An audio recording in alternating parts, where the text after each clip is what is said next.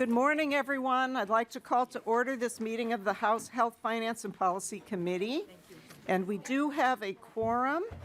And the first order of business is to approve the minutes of February 20th. Representative Bierman. Madam Chair, I'd like to move the minutes of the 20th of February. All right, Representative Bierman moves the minutes. Any discussion to the minutes? Seeing none, all in favor, please say aye. Aye. Opposed? Motion prevails. The minutes are approved. Thank you very much. So, members, we're going to make a quick rearrangement of the agenda, if everybody's okay. We're going to move Representative Herb bills up, and that's because this is the one bill that needs to go to the floor, and I think it's probably not very controversial, and so anyway, we're going to just try to do this real quick and move it out of the way, and then we'll get on to the rest of our agenda as set forth. So this is, let's see, House File 3387. So Representative Herr is going to move that House File 3387 be recommended to be re-referred to the General Register. And you know what, before I should have said a couple of things first. Sorry, I was going to say a couple things at the top of the meeting here just about the process for these scope and licensing bills, because this is the first one that we're taking up this session. And as most of you know, we generally put off scope and licensing bills to the second year of the biennium, which is what we've done. And we have a lot of them. The plan is, generally speaking, we're going to have a mini bus for scope and licensing. So most of the bills we hear are going to be laid over. A few have to make other committee stops, so we'll send them to their other committee stops, but we still could, as you all know, include them in a licensing bill, in a minibus. But this one is going to go to the floor and not, I mean, it could also be included, of course, in an omnibus, but there's some urgency on this one, which I think you'll hear about. So that's why we're doing the procedure. I also want to remind members and the public that we have these, what we call questionnaires for people who have scope and licensing type bills, including compacts. You must have one of these filled out if you want your bill to get a hearing. There is a questionnaire A, there's a questionnaire B. Now there's also, sorry to say, a questionnaire C. C is for the compact bills. These are all posted. And, you know, just be attentive to that. If you have a bill that you think might fall in that category and you're not sure, be sure to talk to us. But otherwise, you know, the advocates should fill it out. Not usually the member, but just make sure that your advocates for your bills have got one of these things on file. And they're all posted, available to all members and the public. So with that, I'm sorry, Representative Herr, please go ahead and present your bill. Thank you, Madam Chair and members. This is actually really a non-controversial bill. It is a language clarification. Licensed traditional midwives have been licensed in Minnesota since 1999 and have been ordering and administering medication listed in their formulary in Statute 147D for over 2 decades. But over the past several months, multiple suppliers have stopped selling medication to licensed traditional midwives due to interpretation of the midwifery statute 147D.09. It's clear that licensed traditional midwives can administer the specific set of medications named in the statute, but the statute is not clear that licensed midwives are also authorized to purchase those medications. And so what we're doing is just in this particular piece of statute, we're clarifying that they can also purchase in addition to administering. We are not changing what they can administer or what's in the formula. It's just saying they can purchase it now very explicitly as well. I had more that I could say about this, but I think it's pretty simple. And so I'm just going to have my testifier speak to this. She is a midwife, and she can talk to why the urgency of this situation, Madam Chair. All right, thank you very much. Welcome to the committee. Please give us your name and go ahead with your testimony. Thank you, Madam Chair and committee members. My name is Rebecca Polston. I am a licensed midwife and the president of the Minnesota chapter of NACPM, which is the National Association of Certified Professional Midwives. I'm also the founder and owner of Roots Community Birth Center, which is a freestanding birth center located in North Minneapolis. Licensed midwives such as myself practice in home birth and birth center settings across Minnesota. We are the chosen providers for expectant families all over the state who have healthy, low-risk pregnancies and opt for out-of-hospital or what we call community care. As Representative Herr stated licensed midwives have lost our ability to purchase medication listed within our formulary. This issue started over a year ago, but has recently become more urgent as all of our suppliers have aligned on this interpretation. As you might imagine, this situation is very concerning for both midwives and the clients we serve. Many midwives are now relying on their current medication inventories, but those are limited. We are foreseeing significant disruptions to midwifery practices in the near future. Needless to say, this is distressing for both midwives as well as their clients, who may soon face the unwelcome choice of having to make a different plan with a different provider for their births. This bill would prevent unnecessary and harmful disruption to midwifery care across the state and allow midwives to continue their crucial maternal health care practices as they have for the past 2 decades. Thank you. All right, thank you. And these licensed professional midwives are licensed under the Board of Medical Practice, right? And the Board of Medical Practice supports the bill, correct? Representative Herr? That is correct. Okay. All right. And that was Ms. Polston, just for the record, not Representative Herr. Okay. Very good. So is there anyone else in the room who wants to testify for or against the bill?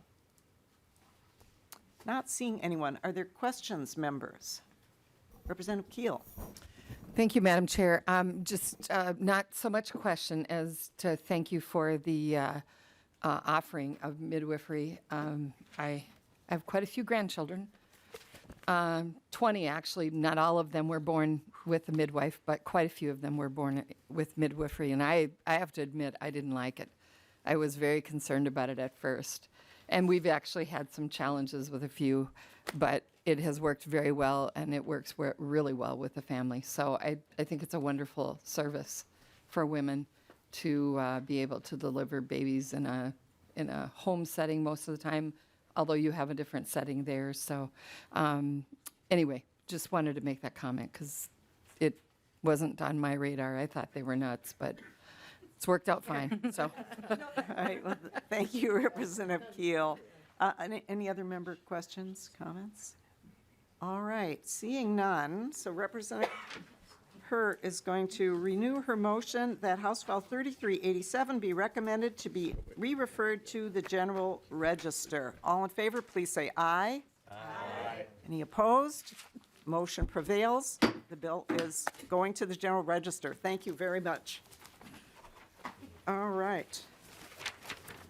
Now we will return to the way we set up the agenda originally and call up House File 2509, Representative Huot.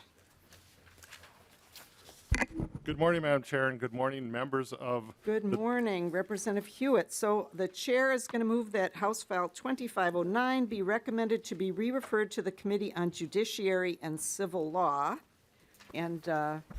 And as I stated before, that would not preclude the fact that we could put it in our minibus if it gets its approval from Judiciary. And I understand there's an author's amendment, the A2, to put the bill in the form the author wants to discuss it. And is that correct, Representative Hewitt? Madam Chair, that is correct. That's the amendment from the department, and it puts it in exactly the order that we wanted in. All right. So the chair is going to move the A2 amendment to put the bill in the order in which the author would like to discuss it. All in favor, please say aye. Aye. Opposed?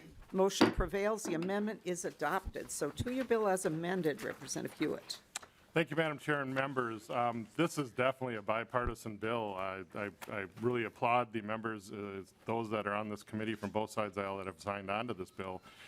This is what we would say a really good step to help our rural funeral homes and to help the workforce shortage that we're having. You'll hear that over and over today in my John Hewitt Day in Health Committee. But this is really to help the funeral industry with this. And also, it's twofold. When I was looking at leaving EMS, I actually started looking at the funeral establishment to maybe become a funeral director. The problem is that there's so many things that we don't know when you're looking at a career and you don't really have exposure. It's very limited in what the funeral home can actually let, like, a night attendant do.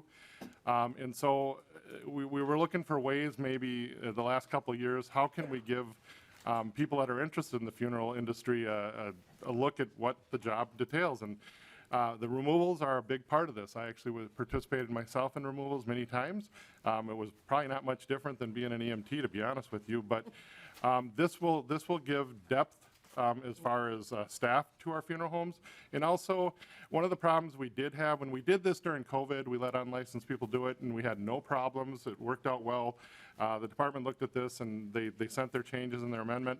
But realistically, we really thought that this is a needed thing. But what it did, it gave exposure, and it really, there's been a problem because of a short staffage around the state that people were having to wait to have their loved ones removed from place of death.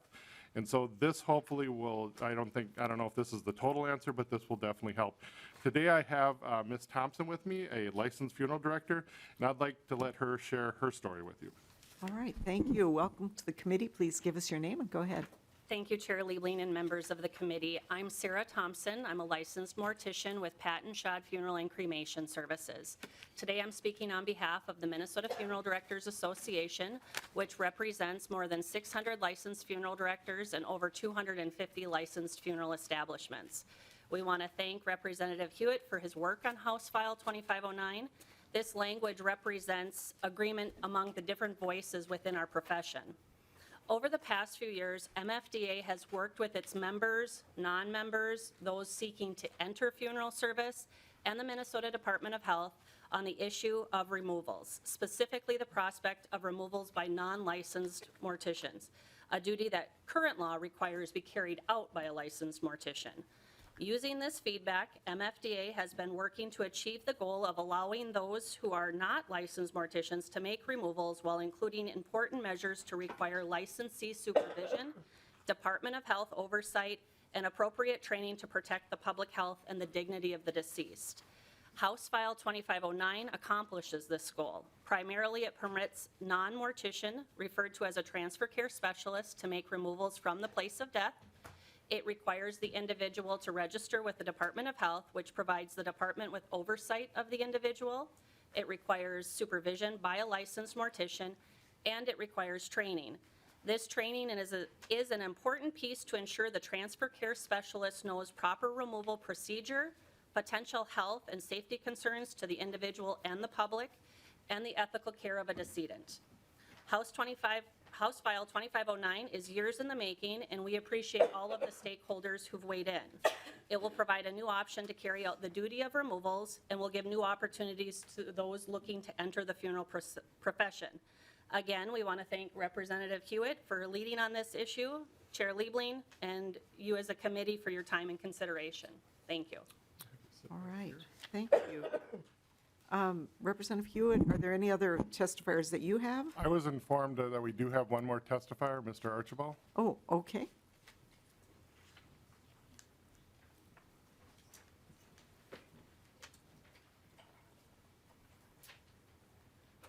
Welcome to the committee.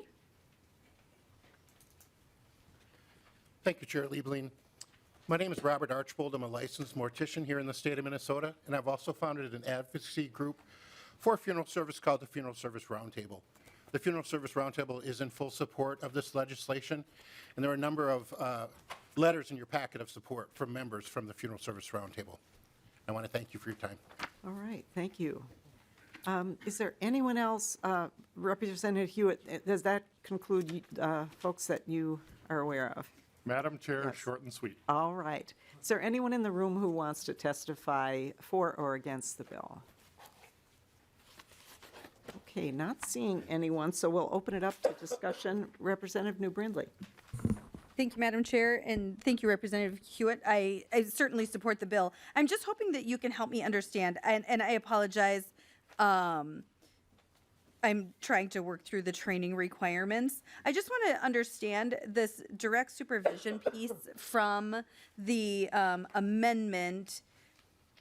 It changed it so that for the purpose of transfer care specialist, direct supervision could be done via phone. I think that's the main change. Would they still be required to have direct supervision during a clinical practical internship period where they are learning more directly, would they still have a period of time where direct supervision would fall under that category? Like I said, clinical practicum internship, just to ensure that there is still that piece of training where they would have more direct supervision and have somebody on site to help correct? Okay, welcome to the committee, Mr. Selwood. Go ahead, introduce yourself. Yeah, thank you, Madam Chair. Joe Selwood, representing the Minnesota Funeral Directors Association. On the direct supervision piece, the by telephone, the advise and correct as needed by telephone or physically present, that language only applies to the transfer care specialist. So the direct supervision is not impacted on a clinical practicum. That applies to interns who are gaining their license, if that makes sense. Representative Brindley? Thank you, Madam Chair. So as I look at the training program, at least 7 hours long, must cover ethical care and transportation procedures, health and safety concerns, et cetera, would that training program involve more direct supervision where someone was on hand to correct? And and my point is, it seems like there should be at least some component where during that training that they have more direct supervision to ensure that as they're learning and in training, that's happening. Mr. Selwood? Thank you, Madam Chair. The training, in terms of our discussions with the department, because these are not licensed individuals, and the training has to be completed prior to their registration with the department, that there actually is not oversight from the department. They don't have a regulatory reach into that individual's training prior to their registration with the department. So that's why there can't be direct supervision at that point. What there is going forward is, that's in the amendment, is required 3 continuing education credit hours to be submitted with each renewal, so that I guess wouldn't have the oversight of a mortician during that time, but so the oversight applies to the duties, I guess, not the training. Okay. And I think they wanted to make it clear that this physically present or by telephone applies to the transfer care specialist, that the regular direct supervision is not changed in the oversight of the training of clinical practicum on intern students. Representative Brindley? Thank you, Madam Chair. As I read, I mean, it's not super clear what the training involves, ethical care and transportation procedures. I don't know if that would involve folks actually going into the field and performing these services. Certainly, it's perfectly, if you didn't have the phone option, this bill wouldn't even be necessary, really, because if you have to have a direct supervisor there all the time, then why have this bill? Because they can just do the job. So I totally get that. I totally see the need for it, but it seems like maybe it would be prudent to have some period of time, whatever that is, and maybe it's a number of cases that they work on, whatever, where there is some level of physical supervision to ensure that they're trained properly. It seems like, and I could be wrong, maybe the training does involve practical hands-on. But I'm not getting that clearly from the Yeah, language. I think there was a little confusion maybe between oversight being legal oversight from the department versus supervision by a licensed mortician. So anyway, Representative Huot, can you clear it up? Yeah, real quick, Madam Chair. This goes along with many of our technical level training.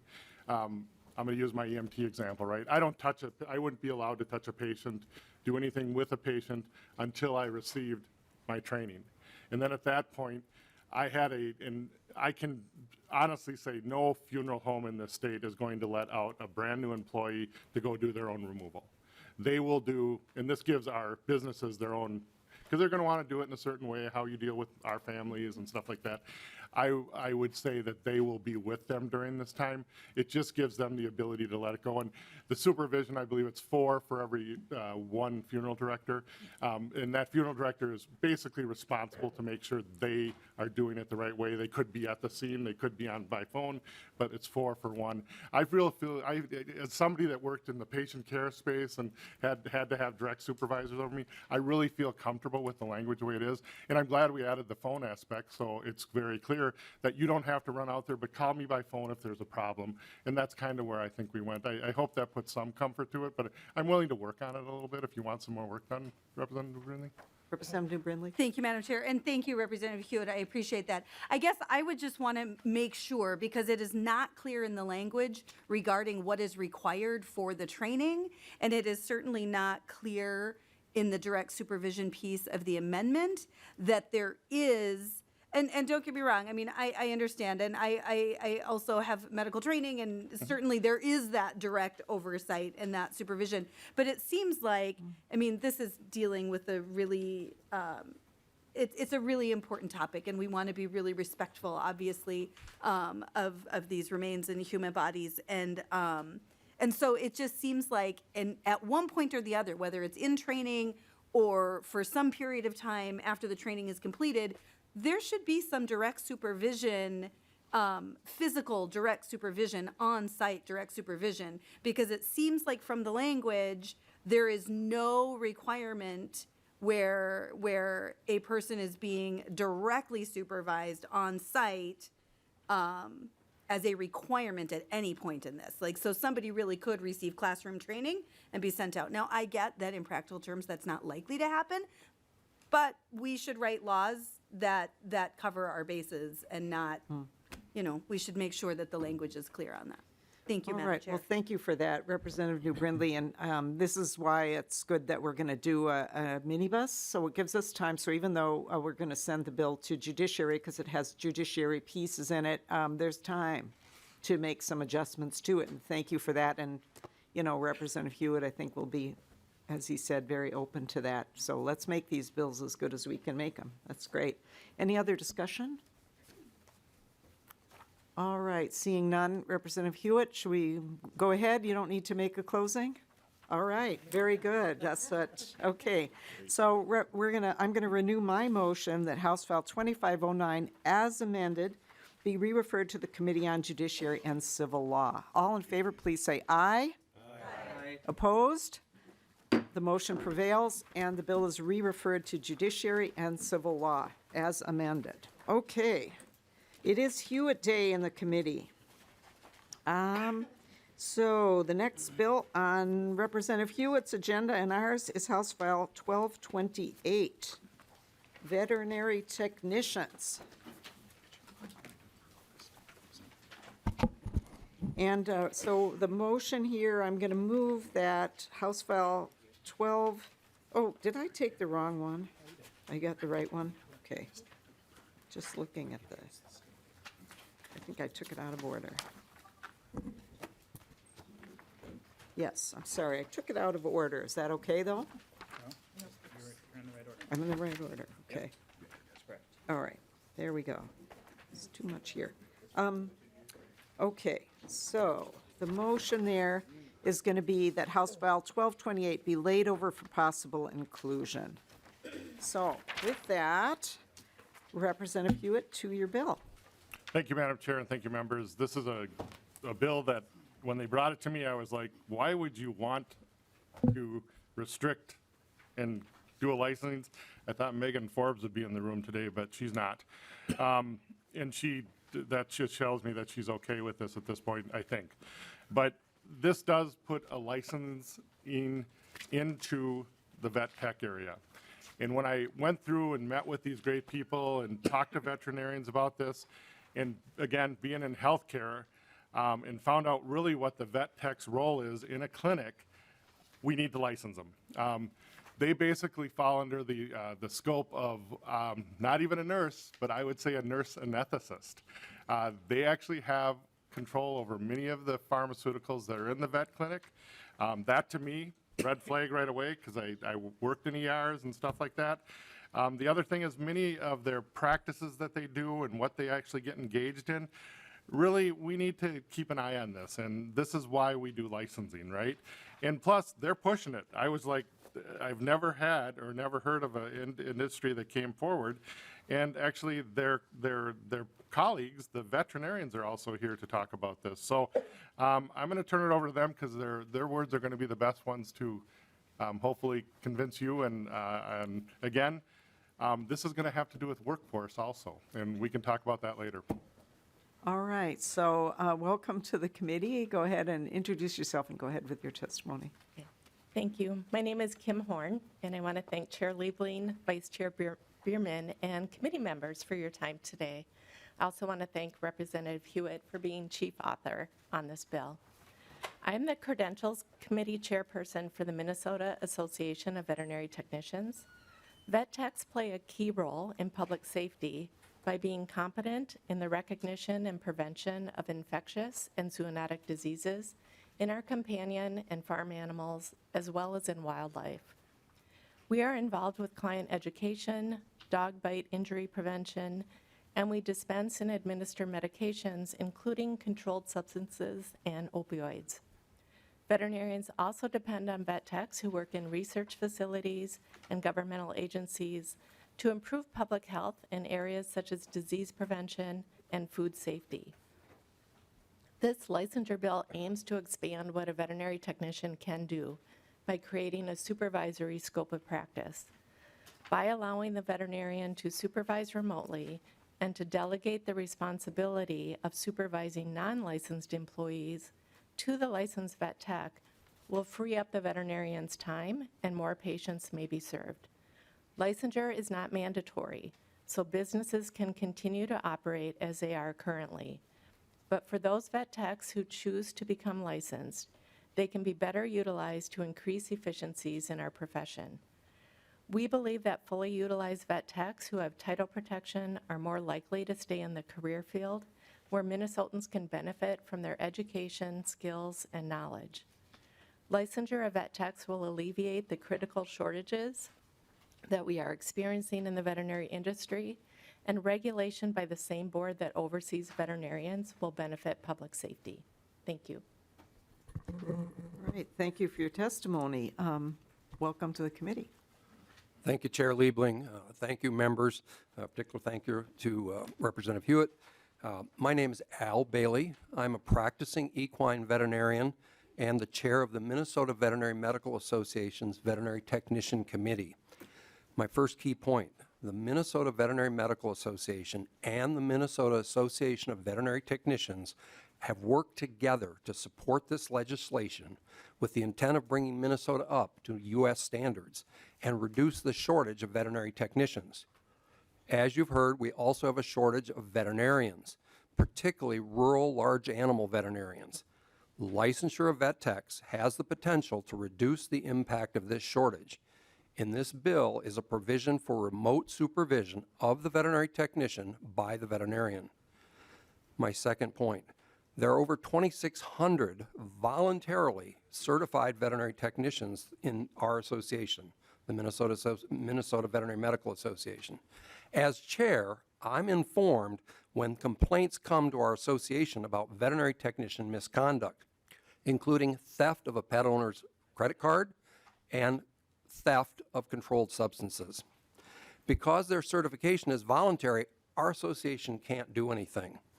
We believe that licensure of vet techs will provide state oversight as well as a mechanism of investigation through the Board of Veterinary Medicine with potential discipline for misconduct as well as access to the state's Health Professionals Service Program. My last point. Both associations are working together towards a licensure path for veterinary technicians. Therefore, we have proposed voluntary licensure with a lenient grandfather clause. We thank you for your time, and we ask for your support. All right, thank you for your testimony. I have one other person on the list, Julia Wilson.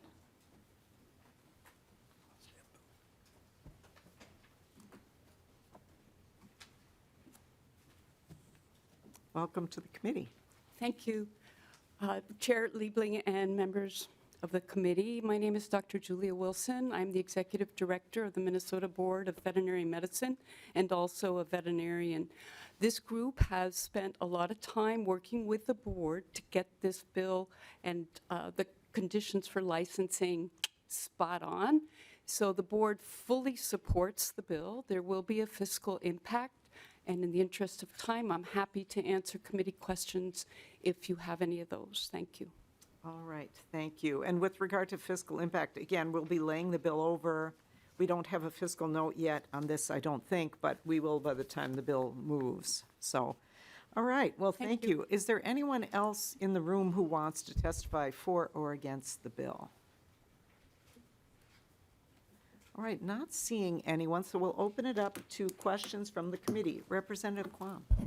Thank you, Madam Chair. When you mentioned fiscal impact, there being fees, my understanding is you had the fees set so they would offset any fiscal impact. So this would be generally neutral to the state and to your organization. Thank you, sir, for the question. That is correct after we get it established. So the main components of the fiscal note are rulemaking and database change and a half-time employee. So the initial two pieces will not be covered by fees that are generated because they won't be incoming yet.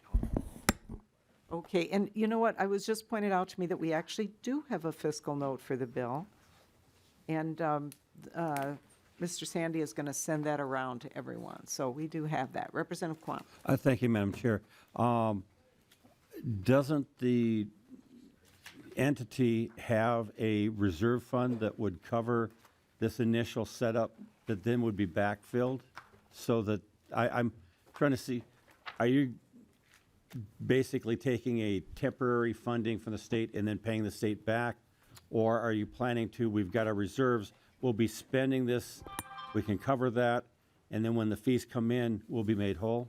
Yeah, and I'm going to direct that question to our fiscal staff. Mr. Harney. Chair Liebling, Representative Quam. So the way the state government special revenue fund works is that the boards need a direct appropriation from that fund in order to access the money.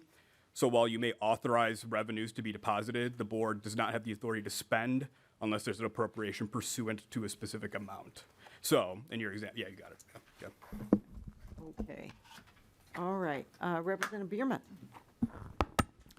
Thank you, Madam Chair. And just a question for the testifiers. I just wanted to hear again, how many other states have this vet tech licensure right now? And in those states, are you seeing more veterinarians that are coming into the profession that you could attribute to this change? Ms. Horn, do you want to address that? Thank you, Madam Chair. And Representative Bierman, we are about one of 8 or 9 states that currently do not have any regulation. It's because each law is different. Some states have title protection. There's no apples to apples comparison, but we do believe that this is helping keep individuals in the profession longer because they are better utilized and have title protection, which our surveys have shown is very important to veterinary technicians. Representative Bierman. Thank you, Madam Chair. Thank you for that answer. I wanted to say thank you for coming and briefing me on the bill at great depth, and I think it's a really good bill, and thank Representative Huot for bringing forward. From what I see, it builds competency in the profession, and it continues education. And one of the critical parts I really like is that veterinary assistants can remain veterinary assistants, and that gives clinics a lot of flexibility. So appreciate your work. And maybe last question, just if Rep. Huot could spell veterinarian for me? No, no, I think I'll withdraw that question. All right, thank you.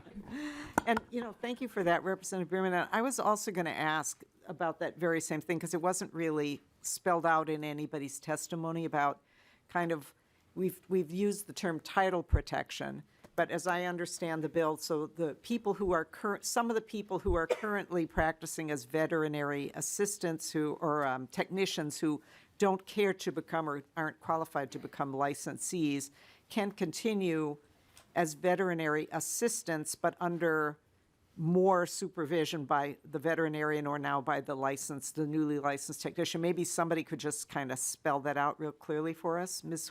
Horn, are you the one that can do that? Sure. Thank you, Madam Chair. That is correct. Anybody that is currently working in a practice as a veterinary assistant or a non-certified veterinary technician can remain in their current role with all the same duties. They will just now refer to themselves as a veterinary assistant. What we are adding for those technicians that choose to become licensed is they will now have the ability to supervise a task that was delegated by the veterinarian to the veterinary assistant, and they can be that individual that is in visual or audible range of that work being performed. Okay, thank you. Representative Murphy and then Nadeau. Thank you, Madam Chair. I'm in support of this bill. I spent most of my life working with animals in terms of a dairy supply business, and I can just tell you how in trouble we are with large animal veterinarians. And so this really becomes the eyes, ears, and hands of the veterinarians to get that extra support we need at the farms. But it's a really serious situation. I've talked with people just recently, and the number of veterinarians that I knew 25 years ago and the number that are today are drastically different. So this is just a really good bill at making sure we can get those services out, and I just think it was well thought through, so thank you. Thank you. Representative Nadeau. Thank you, Madam Chair. I just have one really quick question, I think, for the doctor that was in charge of the task force. I normally don't like licensure. I love certification. I love registration. You know, I love that you guys work together, and Representative Huot, thank you for bringing this bill. My question is, did you look at and you might have to speculate, but did you address the possible cost increases on the consumer with licensure and with the number of people that are moving over from, you know, a tech status to a licensed status, what the anticipated cost increases could be? I mean, I know that it's going to vary from business to business, but just did you look at that as a component of your study? Dr. Bailey? Yeah, thanks, Chair Liebling. Thank you, Representative. We did. And actually what we see and anticipate is that some of the costs may go down because of improved efficiencies, particularly as has just been addressed. I'm a large animal veterinarian. If I've got and I predominantly do horses, if I see a horse that requires, we get a tick-borne disease here in Minnesota, and that requires IV administration of antibiotics for 5 to 7 days, once I've made the diagnosis, if I had the right technician working for me, there's no reason that individual couldn't go out and do potentially the follow-up treatments for me. I always go back 2 weeks later and pull a complete blood count on that patient. My veterinary technician could do that. That's going to be a cost benefit to the consumer. It's going to be more efficient for practices. Did I answer your question, sir? Madam Chair? Yeah, Representative Nadeau. Sorry, I can't see you over there, so. Well, Representative Schumacher's in the way. You just have to wave here. And thank you. No, that answers it. I mean, I think that's fantastic. Hopefully, I don't have a horse. I have a dog, and I love my vet, and my prices keep going up. So I'm looking forward to that price reduction. So thank you. Now the world knows. Get a horse. Okay, Representative Hemmingson-Yager. Thank you, Chair. Thank you for bringing this bill. I just want to reemphasize and highlight the impact that it will have on handling of controlled substances. That is a huge thing for me. So the fact that we have a process for misconduct and those people who are misconducting, who are engaging in those types of things, that can be tracked, and then we can avoid them from taking care of other animals and continuing their misconduct. So thank you. All right, thank you. All right, seeing no further discussion, I think Representative Hewitt's going to say it's a good bill. Vote for it. I was getting all excited. You stole my, but I do want to, the other thing I need everybody to understand on this committee, we're preventing a problem that has not happened. There has not been any there has not been any cases of diversion in this industry.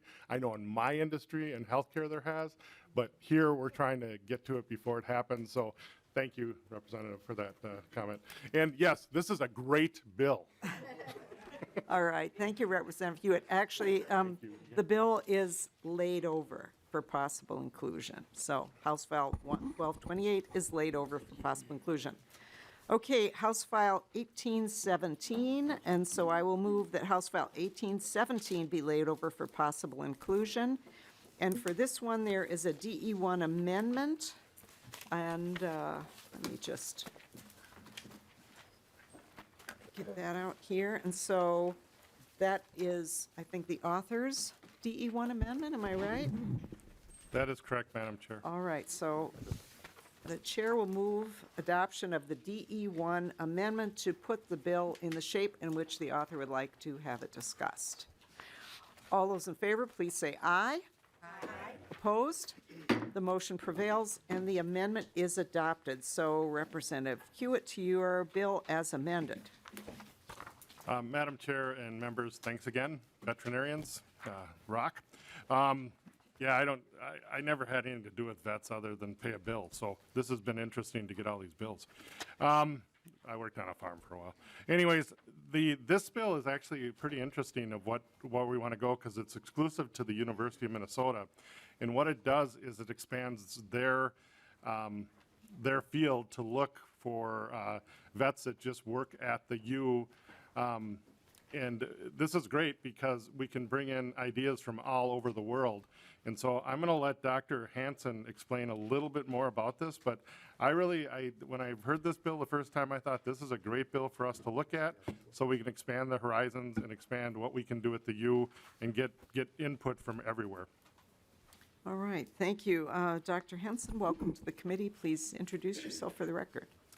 Thank you, Madam Chair and committee. My name is Mike Henson. I'm a veterinarian, and I've been at the university for over 30 years. I'm sitting in today for Dean Laura Molgard, who happens to be in Arizona. So thank you for your time. So as we've heard already from the previous bill, there's a shortage of veterinary technicians. There's a shortage of veterinarians in our state and across the nation, and there's also a shortage of veterinary faculty to train that next generation in order to continue to serve the people of the state. And so currently, Minnesota, because of the statute as it's written, we are at a disadvantage compared to other states. And so we can only hire graduates from American Veterinary Medical Association accredited colleges of veterinary medicine or specialists that have already achieved board certification. And you may not know this, but after residency training, it may take up to a year for them to take boards before they're considered board certified. So we can't hire those individuals even if they wanted to come to Minnesota based on the current statute. Other states allow their veterinary colleges to recruit the best and brightest from all over the world. And so we just want to sort of level the playing field with other states like Michigan and North Carolina and Missouri, and who have a way for them to hire these individuals that are highly trained. So what we're asking for is to create an institutional license for the University of Minnesota that will allow these highly qualified faculty, residents, and interns to practice and teach in the university. And all of the other licensure rules still apply. And the license is revoked if they leave the university. So this isn't a backdoor to get a Minnesota license. This is a way for us to expand the pool of candidates for us to have as faculty. And so the risks if we don't do this is, one, we currently have a faculty deficit, which is making it difficult for us to train residents in the next generation. And it's projected that we're going to have not only increased class sizes, but new veterinary schools are proposed to be opened. 12 new veterinary schools are proposed to be opened. And so the faculty, the need for more faculty members is going to go up tremendously in the next few years. And so not only will we have fewer veterinary specialists to train the next generation, putting our education in jeopardy, there's also going to be a smaller pool of residents and interns. And that's particularly true for large animal. We're having trouble recruiting residents, and so we really want to be able to recruit these individuals that are interested in that field. And this bill could potentially improve the diversity of our faculty, and very importantly, we're a big ag state, so our swine and dairy and poultry industries rely on our veterinary diagnostic lab for disease surveillance and for diagnosis purposes. And we're having trouble hiring pathologists. And so this change will allow us to be able to increase that pool. So I hope you support this bill. All I'd be right, happy to answer thank your you. And I just want to point out to members, so Dr. Henson does have a PowerPoint, which you have a copy of in your packet. I think we were unable to get that projected today. It is also online for the public. And so I don't know if, Dr. Henson, do you have a copy of that in front of you? Is there anything more you want to say? It's just a short presentation, and I think it kind of goes through what Dr. Henson was just talking about. So, Dr. Henson. Thank you, Madam Chair. I heard that I needed to keep it to 2 minutes, so I cut out sort of the background part, but it had been covered Yeah. before that there's a deficiency of veterinarians and veterinary technicians, so I was just building the case. Perfect, So, thank you very much. I also have Dr. Wilson on the list for this one.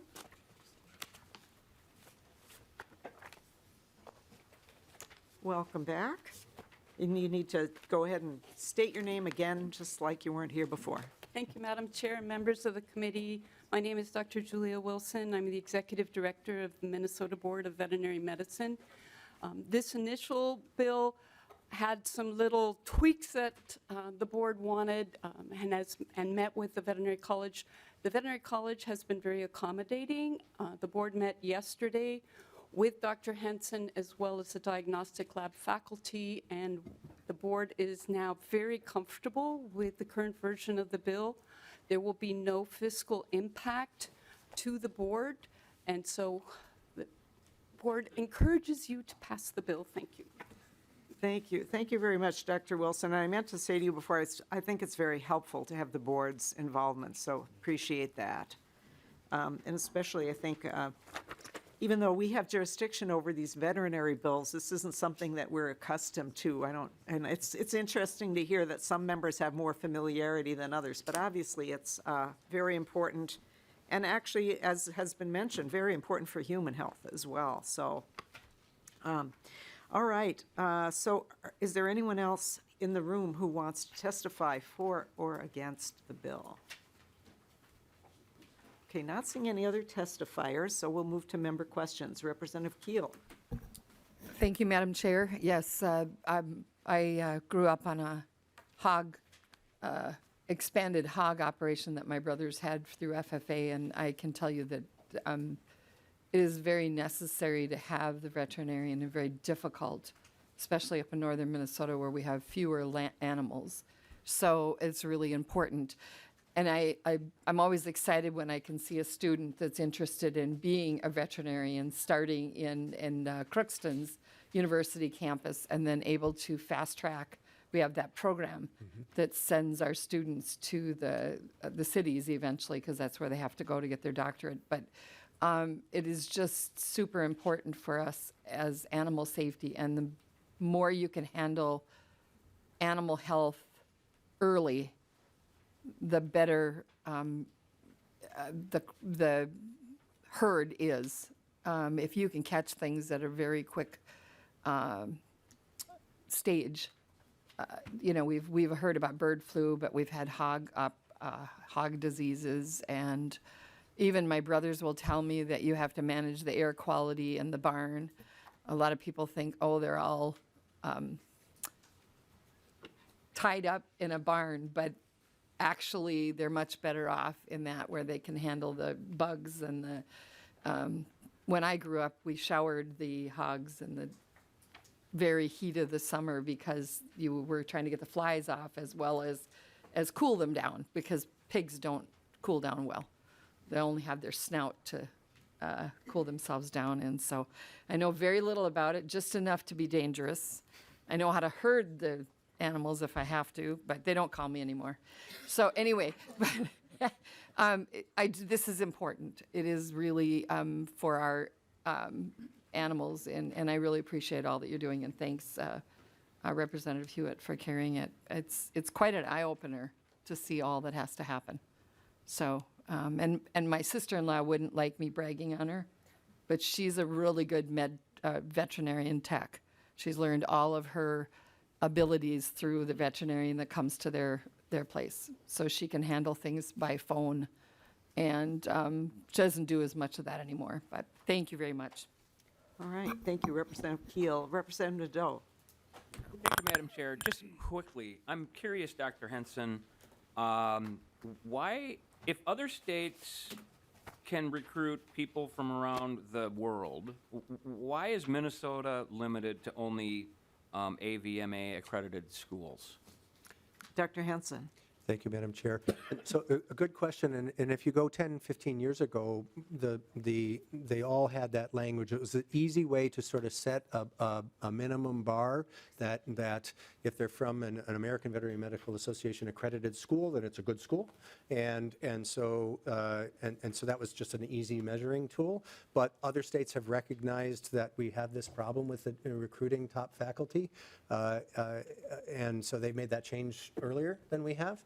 And so I think if you think about, England, they have accreditation programs for their schools as well.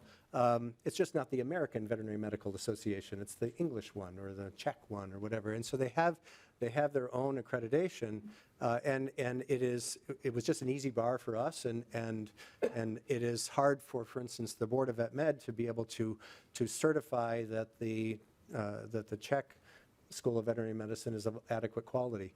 And I think the important thing here is that we're recruiting the people who are their best and brightest, the ones who are able to get into very highly competitive residency programs and then make it through their residency and eventually potentially get to board certification. And we're trying to address that gap because there's this, a good time period before they actually can take their boards, and they run away. They go elsewhere before we have a chance to recruit them. So it was mostly just the old rules were the reason for convenience.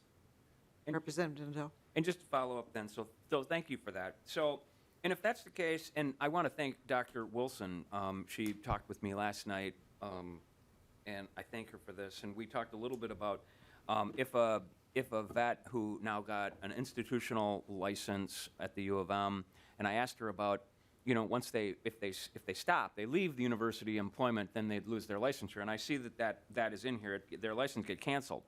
And why are we doing that? If we're trying to if we're getting the best and the brightest, I want them to stay here, and they don't necessarily have to stay at the U, but why would we cancel their license if I know it's circumventing this AVMA that a lot of other states have gotten rid of, but why would we limit them to only practicing at the U of M? Why would we want to do that? So I'm going to ask Dr. Henson to answer, but Representative Nadeau, it's so interesting that you're asking that because I asked very similar questions when they were in my office too, so we're all thinking the same way. Dr. Henson. Thank you, Chairman, and thank you for the question.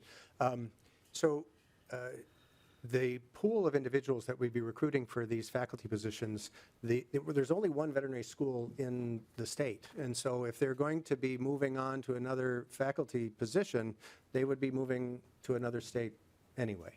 And so the question if they would choose to step out of the faculty role and into a specialty practice role, we were hoping to get this passed so that we can at least take care of our issue as educators in the state. It is our primary goal is to meet the needs to train the next generation, and so that's the reason why we made this request this way, because it affects us specifically. But I can see that individuals might have an incentive to stay at the university, I guess, if you put it that way. That wasn't our purpose in doing it. It was mostly to increase our recruitment.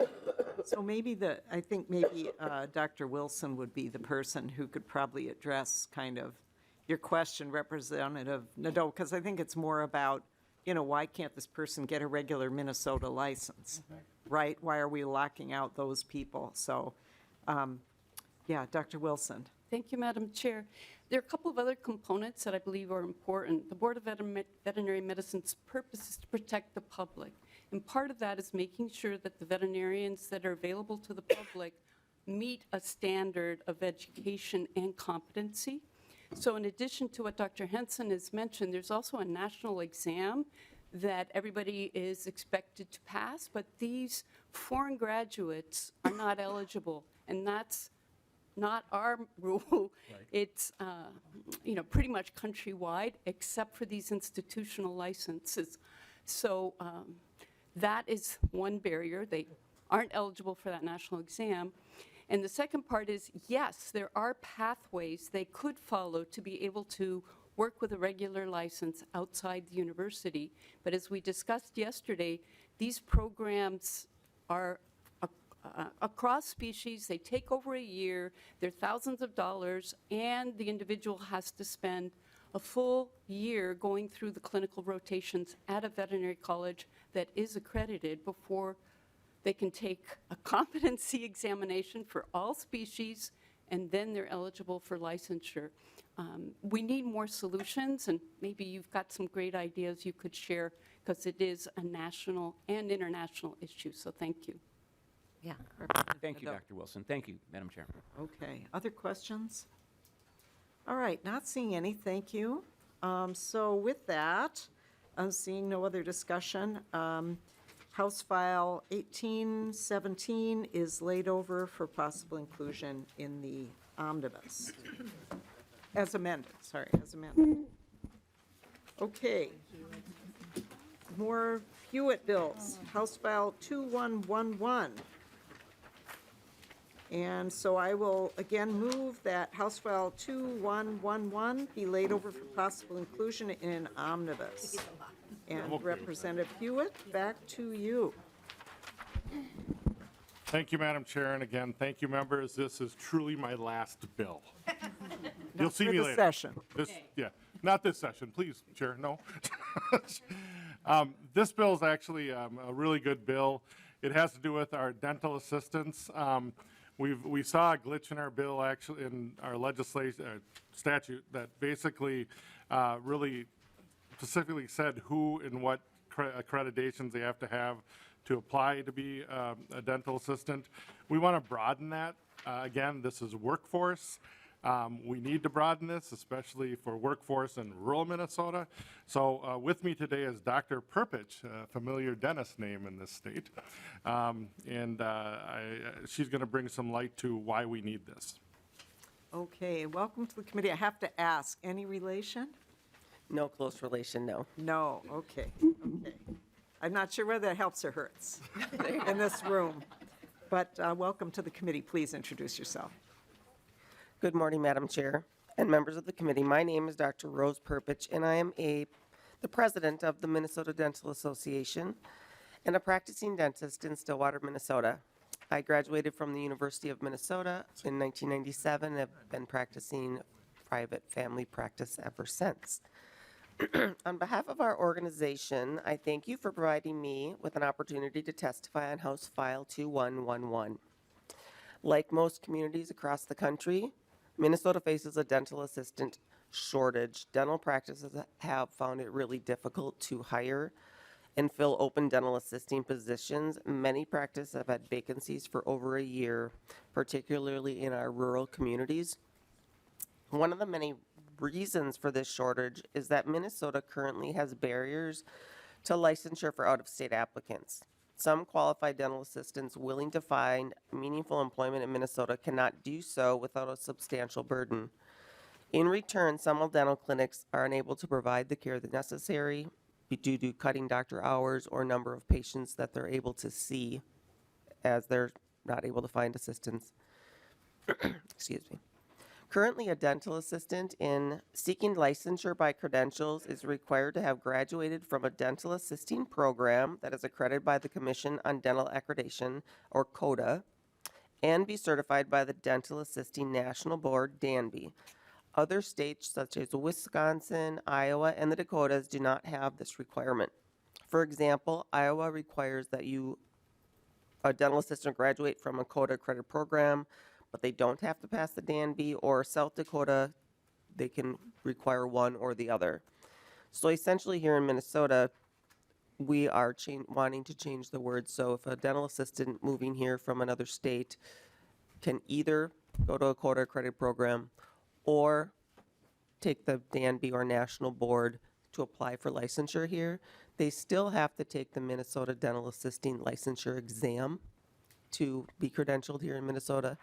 But I've personally interviewed many people over the years, especially since I am in Stillwater, so a lot of people come over from Wisconsin.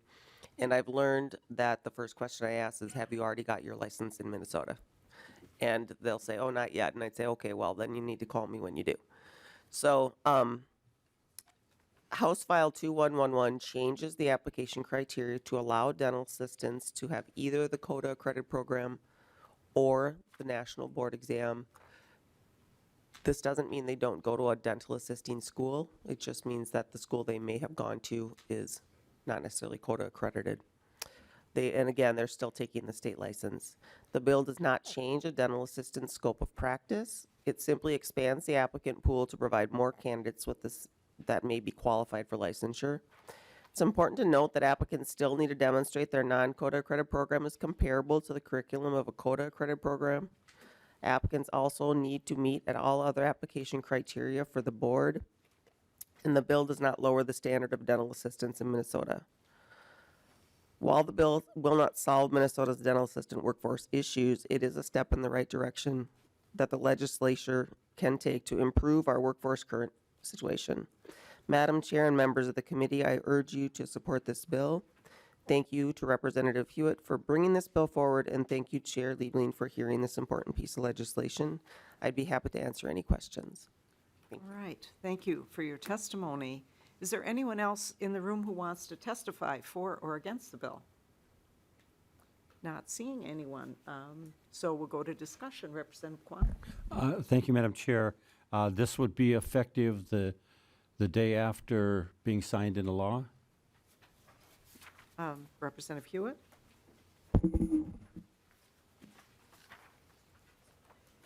I'm phoning a friend right now, Madam Chair. Yeah, it does. Let's go to Ms. Sunderman, our analyst. Ms. Sunderman. Oh, okay. Madam Chair and members, this would be effective, assuming it is in a policy-only bill, it would be effective on the default effective date, which would be August 1st of 2024.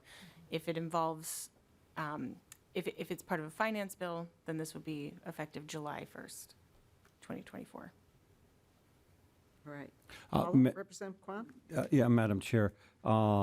This is being laid over for inclusion. This looks like a technical bill, and I thought there were special designation for a technical bill that changes less than 10 characters in statute. In other words, you're getting rid of 3 characters and replacing it with 2. And we've got the shortage of, staffing, et cetera. I would hope that we could do some minor change like this without waiting and waiting and waiting. I just thought that, we could have this move by itself or with a couple of other very small technical type changes, like we've seen some of the other bills, and get that done and effective more quickly than waiting for months and months and months because, frankly, we need to have the staffing. And if we have graduation from schools happening, a couple of those before this becomes effective, they can't come to Minnesota because they call, well, are you licensed in Minnesota? No, well, not yet. Then they're going to go to a different state. And so change is fairly minimal, but the unintended delay or those effects of the delay, I think could cost us the influx of people to the state to fill these jobs that we're missing. And this being a health committee, I did not see the disclaimer for reaching the limit of Huot bills within one session. Thank you, Madam Chair.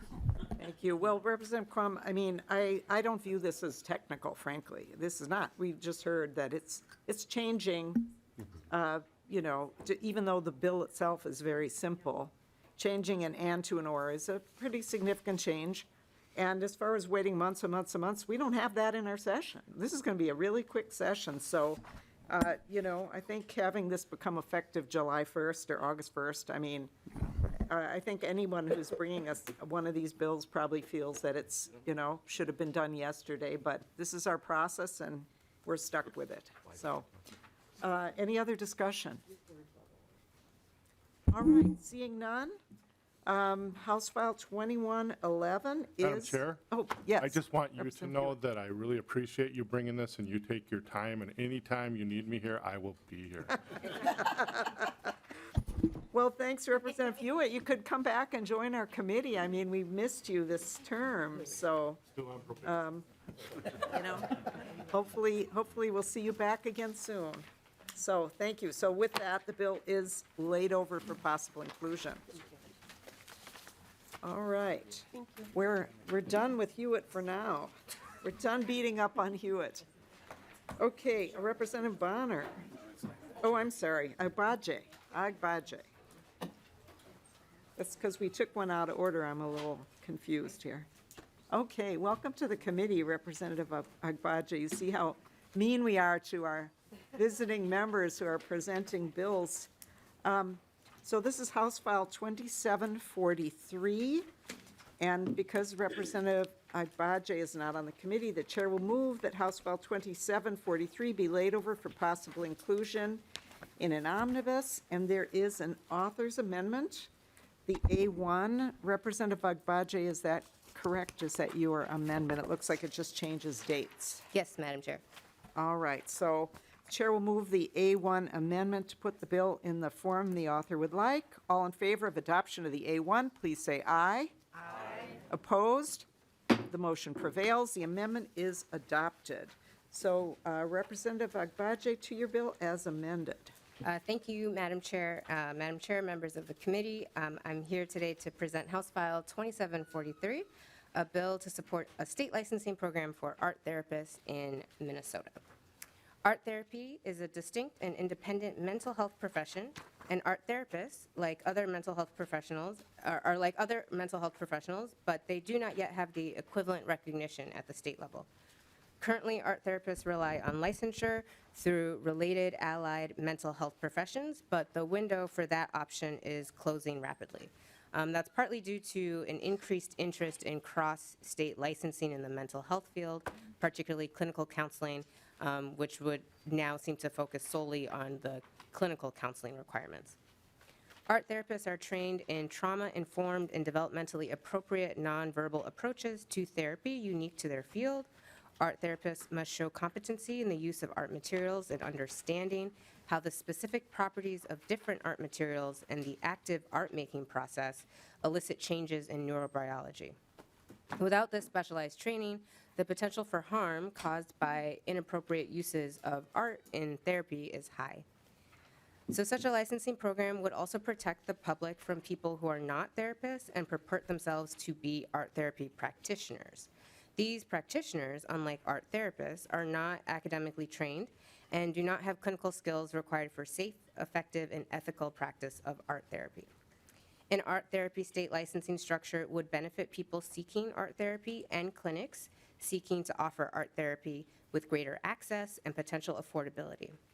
Without a state license program, art therapists are not recognized by insurance companies or employers as licensed mental health professionals unless that therapist has an additional license in another field like clinical counseling, social work, or marriage and family therapy.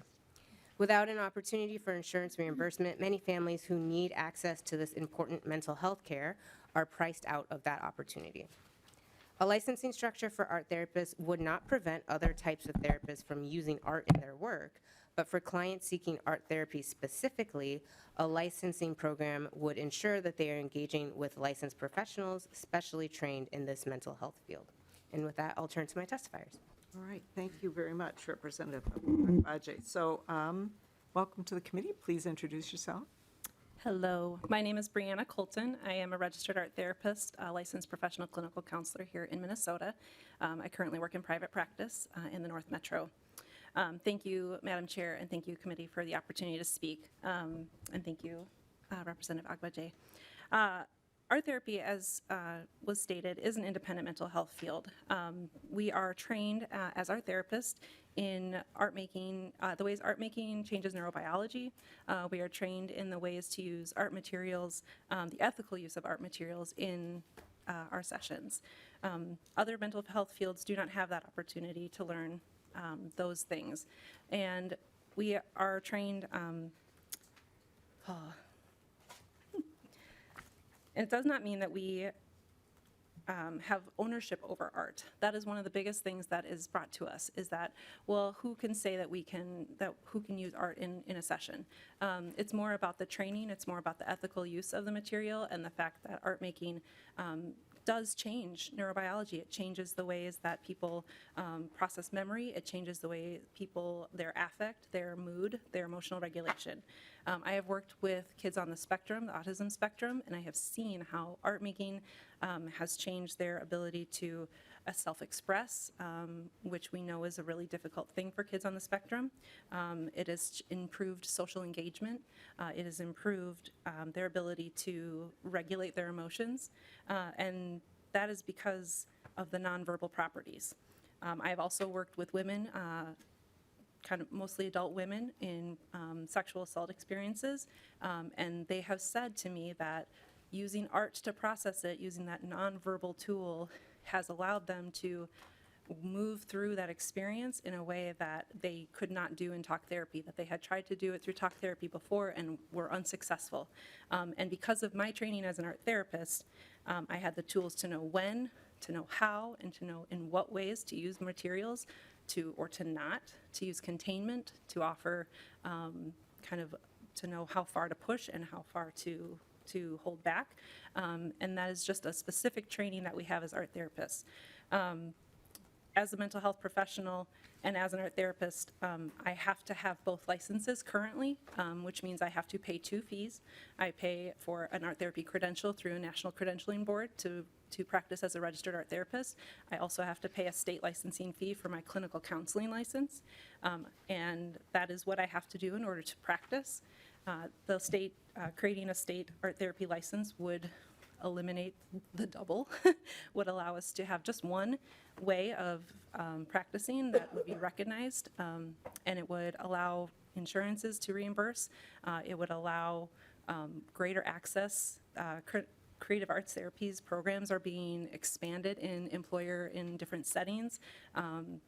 At the VA, in Department of Corrections, in schools, in a whole host of different places, creative arts therapies is growing in interest, but because there isn't this reimbursable ability to have those services paid for, it's just not done, and there's not as many credentialed people to do it. We do have a master's program here in the state. There are about 35 programs nationally. We have one here in Minnetonka at the Adler Graduate School. So having a state license incentivizes students to stay once they graduate, which would again expand opportunities and access to mental health services. As we know, we're going through a mental health crisis in our country, and so it's a win all the way around. Okay. I'm going to ask you to please wrap it up because we're kind of running out of time here in the hearing. My colleague will talk to the piece of harm. There is a risk of harm associated with not having a license. All So right. With that, I will pass. Thank you. Thank you. Okay, welcome to the committee. I'm going to ask you to be super brief because we have another bill after this one, and I want to be able to get through even your bill. So Yes, just absolutely. Good and morning. members will want to ask questions. My Welcome name is to the Erin committee. Rafferty-Buer, and I have been an art therapist in the community here in the Twin Cities for 26 years. And I have had the great privilege of working with various populations and finding incredible success. And just here to support everything that my colleague Brianna has mentioned, but just to, again, to continue to provide the point that we would like to ensure the required training is met to meet the ethical standards of practice for art therapy. And that's really what this clinical licensure art therapy bill would support, is the opportunity for us to understand and regulate those that are practicing art therapy as art therapists. So just wanted to emphasize that. All right, thank you. Thank you. And then we have one more, Jennifer Molenhoff, and I would also ask you to be super brief if you can. Welcome. Good morning, Madam Chair, members of the committee. I'm Jennifer Molenhoff. I'm the Executive Director of the Minnesota Board of Marriage and Family Therapy, and I'm here talking to you today on House File 2743 because the bill houses this new license were it to be created in the Board of Marriage and Family Therapy. The board did hear a presentation back in January of 2023 about this concept of licensure. There was no active bill in the legislature at that time, so the board took no formal action. It was an extended, engaged conversation, and I'm really just here to raise some of those questions that came out of that conversation so that the committee is aware of them as well. The first are the fiscal realities of the bill. We've referred to it a little bit already, but in Minnesota, health licensing receives no general fund dollars, so each licensing board must generate sufficient fees to cover the cost of operation. There is a fiscal note in the works on this bill. I've been working on it. I don't think it's yet completed. And overall, part of the difficulty is there's very little, if no data, to predict how many people would take advantage and obtain this license. So revenue projections are very difficult. It appears clear, at least from the information I have available, that funds from the existing marriage and family therapy license would have to subsidize a clinical art therapy license, at least for the foreseeable future. There'll certainly be more information in the fiscal note when it's made available. It's also unknown the extent to which this license creates new revenue and new licensees. Because it is possible now, if you complete a graduate art therapy degree, it is possible to become a licensed marriage and family therapist in Minnesota or a licensed professional clinical counselor in Minnesota. It's unclear whether creation of the license means more licensed professionals in Minnesota or if it just means we have LCATs, licensed clinical art therapists, instead of an LPCC or a marriage and family therapist. Again, just unknown based on the information available right now. Then there are the policy and practice realities of creating a license that does reference a specific type of modality of therapy, art therapy, and how that is interpreted and enforced for existing professionals who may already use art therapy.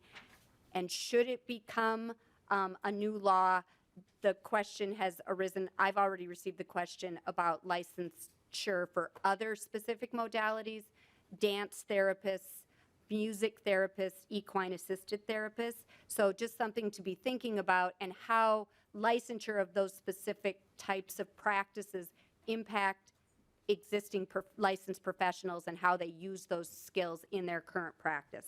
And last, from the board discussions in January of 23 and the bill language, it appears clear that this LCAT license is envisioned by the proponents as becoming a mental health professional in Minnesota law, which is a term of art used throughout, all of the statutes that address mental health. It's a little bit unclear in the bill, and then certainly if that is the intent, is to make an LCAT a mental health professional, there'd be significant other statutory changes, I think, that would have to make sure that that's the change, that's effectuated throughout Minnesota law. So really just questions and some details that remained unclear to the board about effectuating this type of license. And I'm happy as the board representative, as is the board, to participate in those discussions and certainly to answer any questions you might have right now. Thank you. So thank you for your testimony. So Ms. Molenhoff, don't other states already license? I think I don't know the exact number, 13, yes, there are at least more than 10 other states that have a licensed clinical art therapy license, and then there are certain states that register them. The closest one in the Midwest, of which I'm aware, is Wisconsin. They register art therapists. It's not a license, but a registration.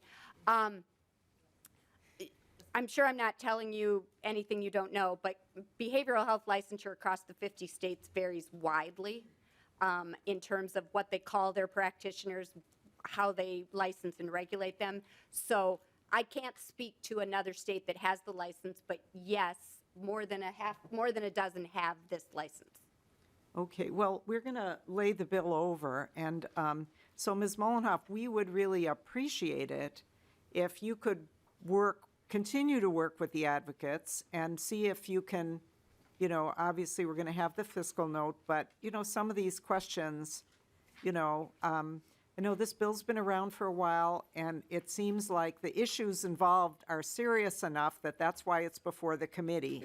And we need to find a pathway for some of the detriments that these practitioners have been experiencing. So if you could work with them and the board could work with them, that would be great, because we obviously want to have the board's support before we move forward with a new license. So, Yeah, absolutely. you. Thank you, Madam Chair. all right. Any other questions from members? All right. With that, the bill is laid over for possible inclusion in an omnibus. Thank you. Okay, we have done the HER bill, and we're on to House File 3494, Representative Bahner.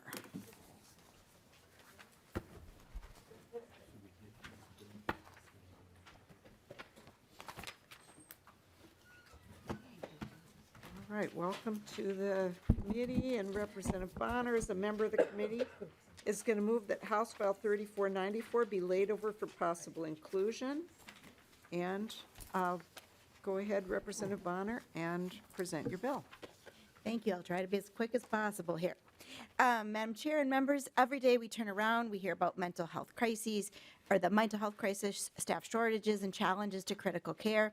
This plays out across the state, but no more acutely than rural Minnesota. In 2019, the Minnesota Department of Health noted 0 psychiatrists listed as practicing in rural areas of the state. While psychiatrists make up the most highly trained members of the mental health care continuum, physician assistants follow with about 2,000 hours of direct patient care before a program and about 2,000 additional hours as part of their clinical rotation. Each playing a critical role in the care continuum. With critical shortage of psychiatric physicians and 0 listed as practicing in rural areas, the role of PAs in this area becomes more essential in areas where care can be delayed by weeks or months. I think we can acknowledge waiting for vital mental health care may not be an option, leaving these patients with no other options than to shift the burden to already overwhelmed emergency departments to fill the urgent need. There is a solution. Minnesota PAs are trained and licensed to diagnose mental health illness, prescribe medications, and monitor a patient's response to treatment.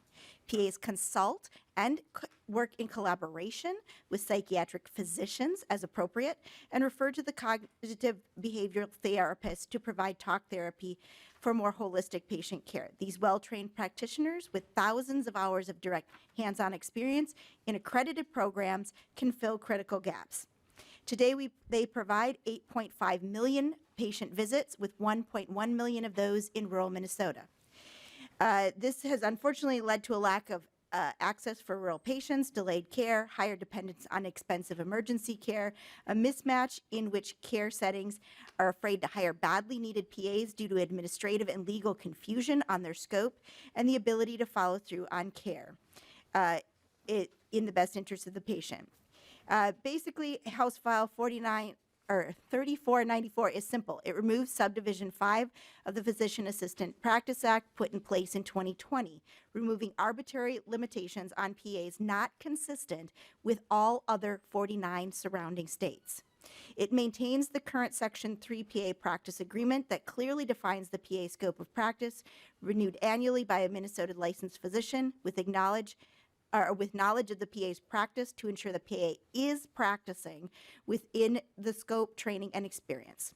I want to note here today that the Minnesota Board of Medical Practice, who oversees physician assistants, voted unanimously in favor of the legislation. In a time of severe shortage, overburdened systems, and ever-growing mental health needs, we need to remove that confusion, while well-intended. We need to allow nearly 4,000 PAs to act according to their training and licensure at a time when Minnesotans need it most. And with that, I'm going to turn it over to my testifier. All right, thank you, Representative Bahner. Welcome to the committee. Thank you, Madam Chair. Thank you, Representative Bahner. My name is Elise Huot. I am here today on behalf of the Minnesota Academy of PAs, or MAPA. MAPA represents the over 4,000 licensed by the Board of Medical Practice PAs here in Minnesota. I actually practice hospital medicine within the Health Partners system, and I work just down the street at Regions Hospital. So what we're asking for today is to strike the clause, the subdivision 5 of the PA statute. The language of this clause is confusing, redundant, and restrictive. Not just a restriction for PAs in psychiatry, it limits PAs in any setting from providing needed care for fear of violating this poorly defined restriction. It impedes healthcare organizations from utilizing PAs to their full extent for fear of violating the clause. And this clause does not add value or safety measures to PA practice or improve patient outcomes, but rather further obstructs access to much needed mental health care. As you already mentioned, Representative, we are in a critical shortage across the nation, but especially in rural Minnesota. And the American Academy of Family Practice notes that more than 87% of mental health care delivery is provided outside of psychiatry due to access challenges. PAs are indeed trained to provide care for patients with mental illness in all care settings, similar to our NP colleagues. PAs have an average, as mentioned, of 2,000 hours of direct patient care clinical education with specific curriculum and rotations in mental health care. This is double the training of our NP colleagues who do not have additional restrictions in their practice regulations. PAs are licensed by the Board of Medical Practice to diagnose physical and mental illness, prescribe treatment, and monitor response to treatments for patients with physical and mental illness. We currently provide mental health care across the spectrum of specialty settings, including primary care, emergency medicine, OBGYN, hospital medicine, and pediatric settings. We also practice in psychiatry clinics and psychiatric units. Subdivision 5 restricts PA practice in any and all areas of care and is not based on evidence of need regarding patient safety. There is, as mentioned, there is no other area of medicine that has such restrictions to PA practice, and indeed no other state that has PA practice restrictions like this. In addition to being far outside the norm from among state policy, this restriction is also in conflict with federal policy. Medicare includes PAs among the health professionals eligible to furnish outpatient diagnosis and treatments for mental health disorders. The National Rural Health Association and Centers for Medicare and Medicaid Services identify PAs as key providers needed to alleviating mental health provider shortages. The federal 21st Century CARES Act defines PAs as, quote, high needed providers in mental health, end quote. The 2023 Physician Fee Schedule rule specifies that behavioral health services provided by licensed professional counselors and licensed marriage and family therapists can be provided under the general supervision of a PA, a physician, or other non-physician health professional. If the Board of Medical Practice and the federal government recognize that we are trained and qualified to provide mental health care across the healthcare spectrum and are part of the solution to the mental health crisis, why is this noble body, the Minnesota State Legislature, restricting us and limiting patient access?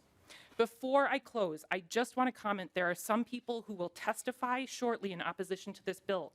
They will argue again that they believe PAs are not adequately trained to provide mental health care under a practice agreement reviewed by a physician. However, they have no apparent concerns about our nurse practitioner colleagues practicing without physician oversight, though they have on average 2 semesters less coursework and half the required clinical training of a PA.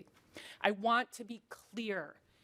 I am not critical of the training or care of my nurse practitioner colleagues. Our NP colleagues are well trained and provide excellent care for patients. My PA colleagues and I work with them every single day, and don't tell my other aunts, but my favorite aunt is a nurse practitioner. We have no concerns about how NPs serve Minnesota patients. So if you believe, as I do, that nurse practitioners provide excellent care based on their training, there should be absolutely no concerns about the care provided by a PA, as PA training exceeds the education and clinical training of an NP, and we practice in collaboration with physicians. It doesn't make sense, and the patients are the ones who suffer from these inequities as it restricts access. Again, thank you, Madam Chair, for allowing consideration of this bill. Thank you, Representative Bahner, for carrying it. We appreciate your efforts to assure Minnesotans receive the mental health care they need when they need it. All right, thank you for your testimony. We're going to go a few minutes over, members, so I hope that works for everybody. So thank you. Ms. Alderholden?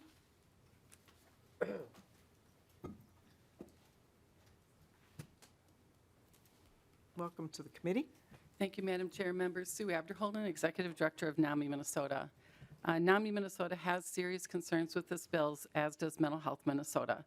It will allow PAs to diagnose and treat children and adults with any type of mental illness. We, more than most, fully understand the need to increase access to mental health care and to build our workforce, but we also must take great care not to compromise on the quality of care.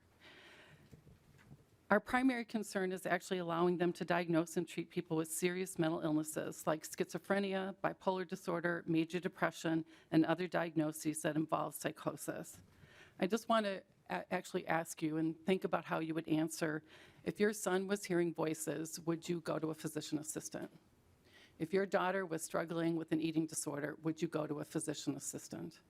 If you had experienced trauma, would you go to a physician assistant? Most likely, you would seek out some specialist. And although a lot of mental illnesses are treated in primary care clinics, many family physicians are rightfully cautious to diagnose and treat children or adults with these very serious mental illnesses. You may not be aware because, you know, these reports come to you all the time, and I just took 2 of the main pages, but there was a report from the Department of Human Services to the legislature about using PAs in the mental health system. And what they said is that under current licensure requirements, they are underqualified by lack of clinical training and supervised experience to serve Minnesota's severely mentally ill MA population. Allowing coverage of mental health services delivered to vulnerable MA populations when provided by generalist physician assistants without advanced specialty mental health training would risk the safety of these individuals. They also went on to say that specialty training runs counter to tradition among PAs who view themselves in their field as generalists, capable of assisting a physician in any field of medicine if so judged by the individual supervising physician. They go on to say that, you know, that this kind of runs counter to some of the complex mental illnesses we see.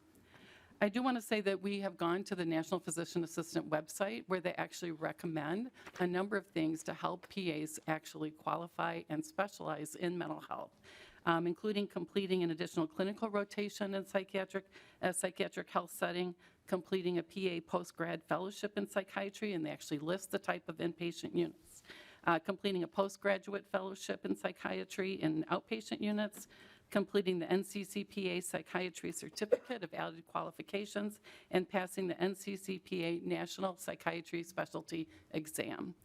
The existence of these certifications shows that many PAs take mental health care seriously.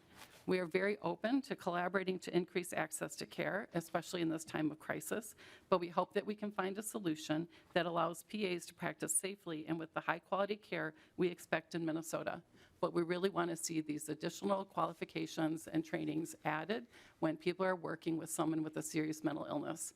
The thing that you're getting rid of in this bill actually made sure that they could do the continuation of care for people with serious mental illnesses, but we're not qualified to diagnose and develop that treatment plan. And I'd be happy to answer any questions. Is there anyone else who wants to testify on the bill? Okay, welcome.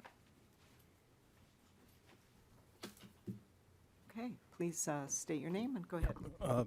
Madam Chair and members, Bill Amberg, Amberg Law Office, representing the Minnesota Psychiatric Society. Dr. Trangle wasn't able to be here.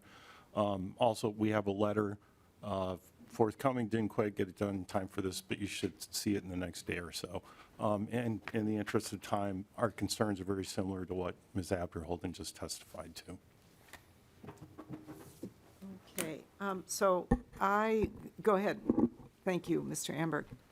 So I guess my question, and then I'll go to Representative New Brindley, but my question is to Ms. Abderholden, I think, and that is the things that you're recommending or that you think that the PAs need more training, do the NPs have that? Like what's been explained to us is, you know, we have nurse practitioners who are, as has been discussed, working without any collaborative agreement. They can go out and set up their clinic somewhere and have no physician oversight, zero. And my understanding, am I wrong, is that they can do this. And do they have these additional certifications and training that you're discussing that you think that NPs need?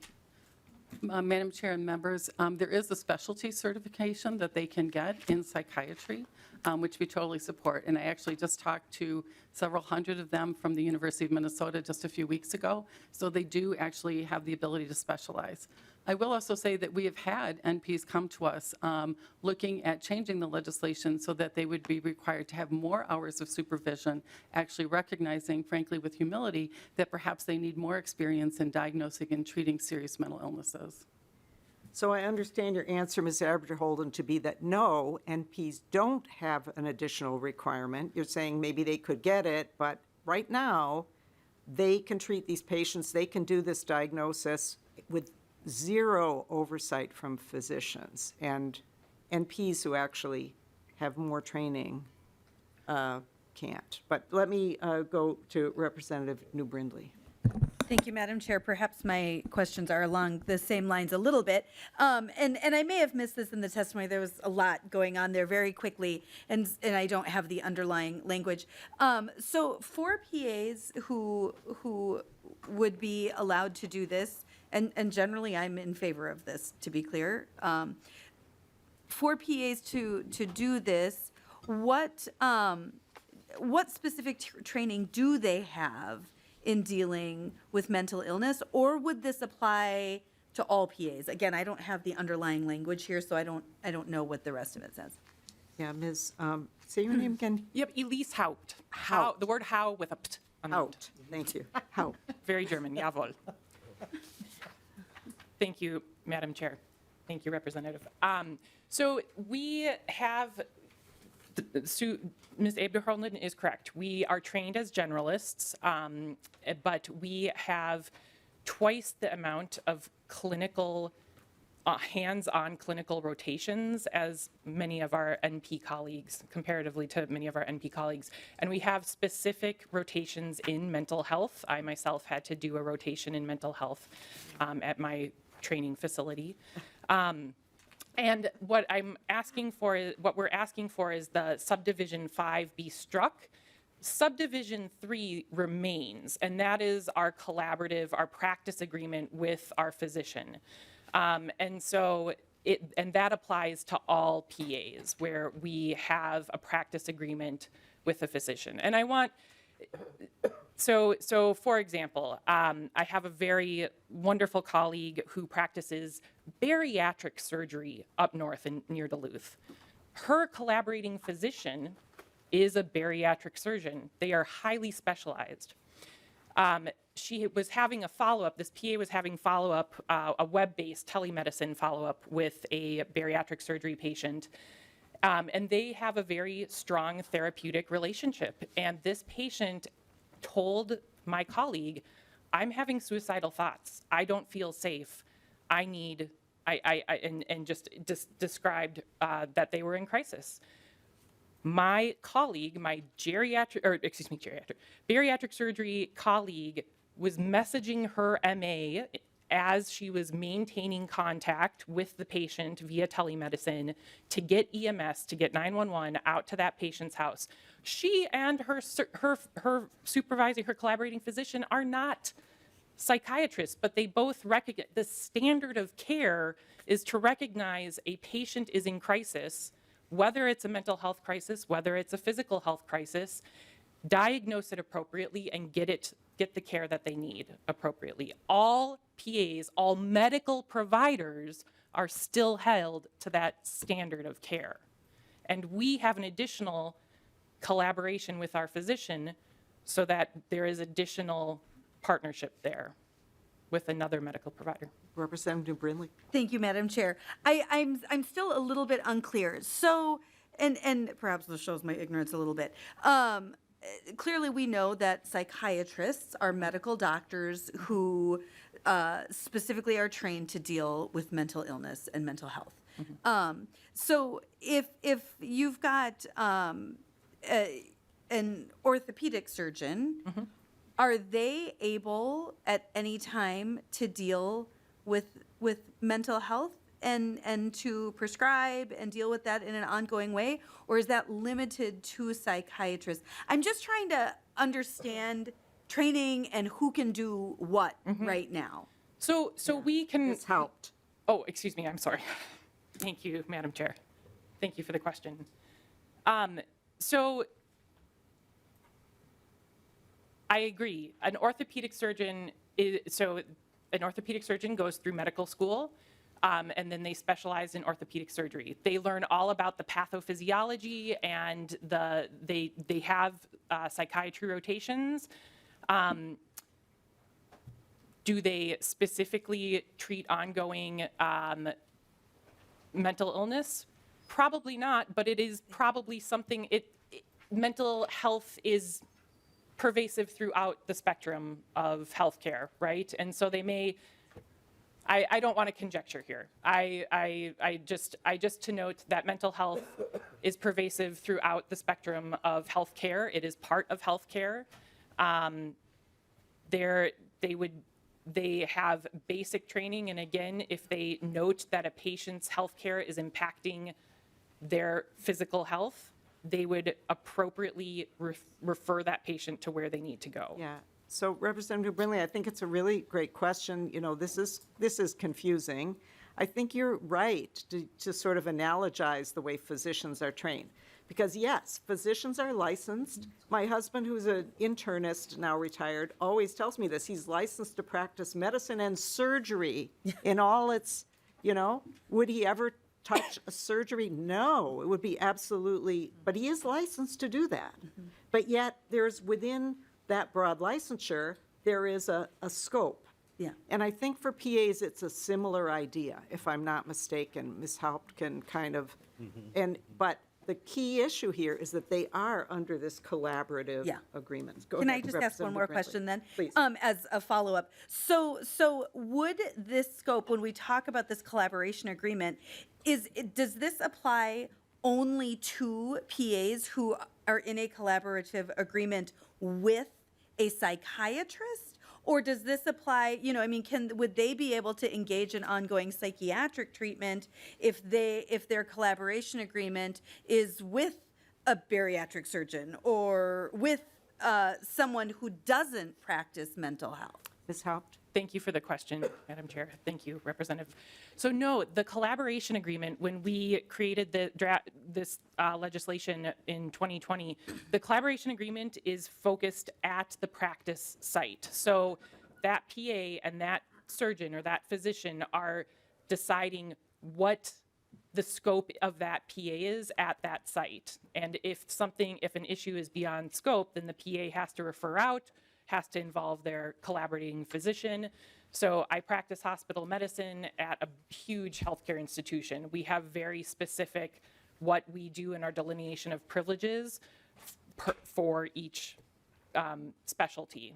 And again, mental health is pervasive throughout the spectrum of healthcare, but I know that I have psychiatric colleagues that I reach out to that when my collaborating physician and I realize this person needs more than what we can do, we collaborate. The same thing is with a primary care provider. They would do what they're able to do and have been trained to do and what the collaborative agreement is at that specific site. And when we are beyond what we are comfortable with, what our collaborative agreement, what our practice agreement outlines, we refer on. And the standard of care is is to refer on to get the patient the care that they need. That's the standard of care for any medical provider. All right, we're going to have to kind of wrap it up here in about 5 minutes at the longest. So I've got Ryer and Nadeau, and then we'll lay the bill over. Representative Ryer. Thank you, Madam Chair. My question is always about patient safety. I know that that's something we all have in common. And so my question is, either in the 49 states that allow this, or prior to when we had Subdivision 5 added in 2020, had there been problems in Minnesota that Subdivision 5 was a reaction to, or are we seeing problems in other states, not anecdotal, but from a pattern of data perspective? Thank you. Ms. Haupt? Thank you for that question, Madam Chair, Representative. That we have no data to show. There is no we are, not only do we have a collaborative agreement, but we are also licensed by the Board of Medical Practice. So we are overseen from a state perspective by physicians. No one has brought any data forth. There is no evidence that there is huge, egregious patient safety issues. Okay. Representative Breyer? Okay. And Representative Doe took his name off the list. And I would just say, kind of in answer to Ms. Abder-Holden, who said, you know, would you take your child for if they had this or that? And I'll tell you what would happen in my case. I would take my child to Mayo Clinic, and I would go, and if I went to the psychiatric, they probably would have me see a PA.